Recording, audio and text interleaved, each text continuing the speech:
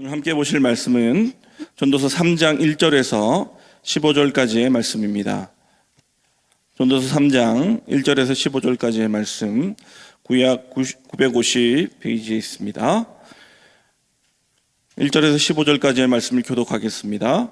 범사의 기한이 있고 천하만사가 다 때가 있나니 있고 죽을 때가 있으며 심을 때가 있고 심은 것을 뽑을 때가 있으며 죽일 때가 있고 치료할 때가 있으며 헐 때가 있고 세울 때가 있으며 있고 웃을 때가 있으며 슬퍼할 때가 있고 춤출 때가 있으며 돌을 번져버릴 때가 있고 돌을 거둘 때가 있으며 안을 때가 있고 안는 일을 멀리할 때가 있으며 있고 이를 때가 있으며 지킬 때가 있고 버릴 때가 있으며 찢을 때가 있고 꿰맬 때가 있으며 잠잠할 때가 있고 말할 때가 있으며 사랑할 때가 있고 미워할 때가 있으며 전쟁할 때가 있고 평화할 때가 있느냐.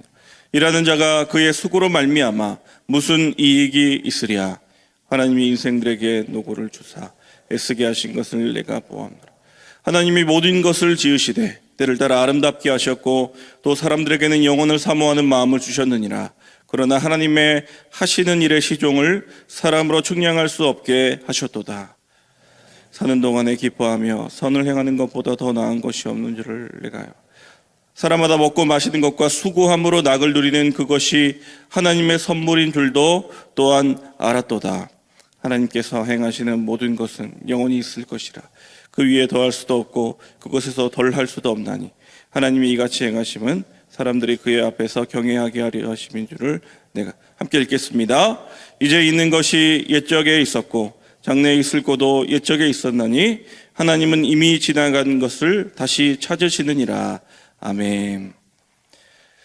시간의 허무라는 제목으로 오늘의 말씀을 함께 보겠습니다. 참 유명한 말씀인데요. 범사 기한에 때가 있고 기한이 있다라고 말하며 우리의 시간과 때에 대해서 솔로몬이 하나님 앞에서 이야기하는 장면을 오늘의 말씀에 시의 대조를 통하여서 함께 보고 있습니다. 모든 시간과 모든 때가 하나님의 은혜 안에 있는 줄 믿습니다. 저는 이 시간과 때에 대해서 설교를 참 많이 했었는데요. 왜냐하면 이제 청년 사역을 좀 오래 하다 보니까 늘 언제입니까? 라고 질문하는 청년들이 많거든요. 왜냐하면 여러분 청년의 때는 불확정하지 않습니까? 그러니까 언제입니까? 언제 그때가 옵니까? 언제 합격할 때가 옵니까? 언제 짝지를 만날 때가 옵니까? 이 여자입니까? 이걸 이제 목사들에게 자주 묻는단 말이죠. 그럴 때마다 저는 이렇게 대답을 합니다. 그거 네가 기도해야지. 목사님은 모르지. 그러나 성경에 어떤 기준이 나와 있는지 보자. 자, 여러분 1절에서의 9절, 이 때가 있다, 기한이 있다. 여러분 하나님의 큰 그림 안에서 하나님의 그 시간 안에서 하나님의 정시 안에 늦은 때도 없고 이른 때가 없어서 그의 때 안에서 모든 것이 시작됩니다. 모든 것이 완료됩니다. 인생의 희로애락의 다양한 시기들을 그래서 오늘의 본문에는 이 7의 2배수로 표현하면서 이 때들을 설명을 하고 있는 거예요. 그러니까 여러분 1절부터 8절까지 하나님의 때를 얘기하며 우리는 그 때를 기다립니다 라고 본문을 단지 그렇게만 이야기할 때가 많습니다. 그런데요 여러분 1절부터 8절까지는 제가 자주 청년들에게 얘기했듯이 그리고 사랑하는 또 여러분 장년들에게도 이야기하고 싶은 것이 있는데 반드시 지양해야 될 해석은 무엇입니까? 우리는 숙명론자들이 아니라는 거예요. 여러분 제 설교를 들으셨던 분들은 이 이야기를 많이 들으셨을 건데요. 숙명론이나 운명론자들이 아닙니다. 절대로 아닙니다. 여러분 기독교는 숙명론과 운명론을 얘기한 적이 없어요. 성경은 그렇게 얘기하지 않습니다. 마치 1절부터 8절까지는 때가 있다 그러니까 우리는 마치 운명처럼 무슨 일이 내 삶에 정해져 있고 하나님은 그때 무슨 일을 딱 잡아놓으심으로 내가 그때 몇 살 때에 무슨 일이 일어나고 몇 살 때에 무슨 일이 일어나고 지금 문 밖을 나가면 누구를 만나는 이런 숙명론적인 운명론에 휩싸이기 쉽다는 거예요. 기독교는 숙명론이 아니라 섭리론이에요. 섭리는 무엇입니까? 여러분 하나님이 우리와 함께 이 땅 가운데 일들을 이루어 나가는 거예요. 이 섭리, 프로비던스라고 얘기하지 않습니까? 그러니까 사람들의 신뢰와 순종, 감사를 하나님이 인격적으로 받으시고 함께 경영해 나가시는데 이것이 하나님의 큰 뜻 안에는 딱 맞는 거예요. 이게 뭡니까? 이 신비죠, 신비. 그 내용들이 뒤에 나와 있는 겁니다. 여러분, 그래서 성경에는 이 섭리에 대한 수많은 구절들이 있습니다. 예를 들어서 창세기 50장 2절에 보면 요셉이 이렇게 얘기하죠. 당신들은 나를 해하려 하셨으나 하나님은 그것을 선으로 바꾸사. 이게 뭐예요? 섭리입니다. 그 사람들의 악한 일을 하나님의 선한 행으로 바꾼 거죠. 로마서 8장 28절은 무엇입니까? 합력하여 선을 이룬다. 이것은 인간의 선택과 사건, 고난까지 하나님의 섭리 안에서 뜯어내서 아름답게 연그러져 간다는 것을 이야기하는 것이죠. 그러니까 여러분, 제가 여러분들에게 무슨 말씀드리고 싶은 겁니까? 때가 있으니까 기다리자. 이런 식의 수동적인 기다림을 전혀 여러분 성경에서는 말하지 않고 있어요. 그러니까 여러분 8절부터 때가 있다, 때가 있다. 이 말은 뭐예요? 하나님의 때는 하나님의 계획 안에 있습니다. 그러니까 여러분 9절과 10절이 함께 연결되는 거예요. 여러분 9절 10절을 같이 한번 읽어보도록 하겠습니다. 시작. 일하는 자가 그의 속으로 말미암아 무슨 이익이 있으랴. 하나님에게 인생들에게 노고를 주사 애쓰게 하신 것을 내가. 이것을 여러분 이 세번역 성경을 조금 더 이해하기 쉽게 이렇게 번역을 해놨습니다. 제가 한번 읽어드리겠습니다. 사람이 애쓴다고 해서 이런 일에 무엇을 더 보탤 수 있겠는가? 이제 보니 이 모든 것은 하나님이 사람에게 수고하라고 지으신 짐이다. 짐이다. 여기에 우리가 더할 것은 없다. 아, 그럼 운명론 같잖아요?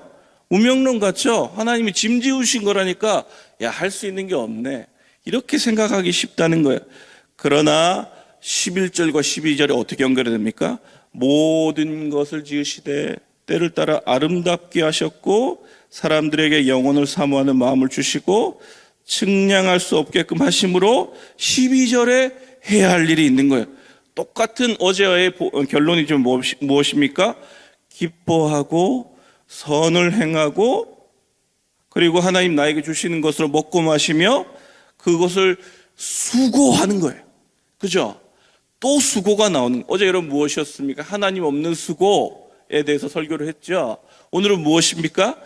이 모든 운명론적인 세상의 것에서 가만히 있는 것이 아니라 하나님이 주신 삶에서 때를 기다리고 늘 그때가 되면 알아서 되겠지라고 수동적으로 있는 게 아니라 내가 오늘 해야 할 일을 하는 거예요. 내가 오늘 해야 할 일을 하는 거예요. 기뻐하고 선을 행하고 먹고 마시고 열심히 수고하는 겁니다. 이것이 지금 오늘 우리가 해야 할 일이라는 거죠. 한 중학교 현직 교사가 요즘 중학생들 특징이라고 하면서 글을 쫙 올려놨어요. 제가 종종 이제 설교 때 저희 아이들 얘기를 잘 안 하는데 한 번씩 하면 파장이 커서 요즘은 잘 안 하려고 합니다. 아이들이 요즘 듣고 상당히 기분 나빠해요. 나를 아빠 하지 말아달라. 한번 언급하면 뭐 10만 원씩 내라 이렇게 얘기를 하는데 이제 특징에 쫙 뭐가 있냐면 제가 이제 그 아이들의 특징을 현직 교사가 얘기하면서 8번 정도인가를 봤는데 이것이 현재 우리 시대의 모든 사람들의 공통점이라고 생각했어요. 뭘 얘기하냐면 무조건 환경 탓을 한다는 거예요. 환경 탓을 한다는 거예요. 공부 잘하는 애가 있죠. 못하는 친구가 공부 잘하는 애를 보고 자극을 받아요. 열심히 해봐야지. 너도 열심히 할 수 있어. 저 친구 봐봐 잘할 수 있어. 이건 뭐라고 얘기해? 쟤는 아빠가 교수라서 잘하잖아요. 쟤 농구 잘하잖아. 야 너도 좀 연습하면 할 수 있어. 쟤는 아빠가 키가 크잖아요. 환경 탓을 한다는 거예요. 유전자 탓을 한다는 거예요. 쟤는 열심히 하니까 너도 할 수 있어. 부모 탓을 한다는 거예요. 이게 수저론 아닙니까? 수저론이죠. 공부 잘하는 것도 유전이에요. 그리고는 어떻게 하냐. 그럼에도 그 중에 자기가 못하지만 자기의 키가 작을 수 있잖아요. 그죠? 운동신경이 없을 수 있잖아, 그죠? 근데 열심히 국복해서 더 잘하려는 아이들을 야, 너 해도 안 돼. 쟤는 아빠가 운동선수야. 쟤는 아빠가 최대야. 너 열심히 해도 안 돼. 깎아내리고 잡아 끄는 거예요.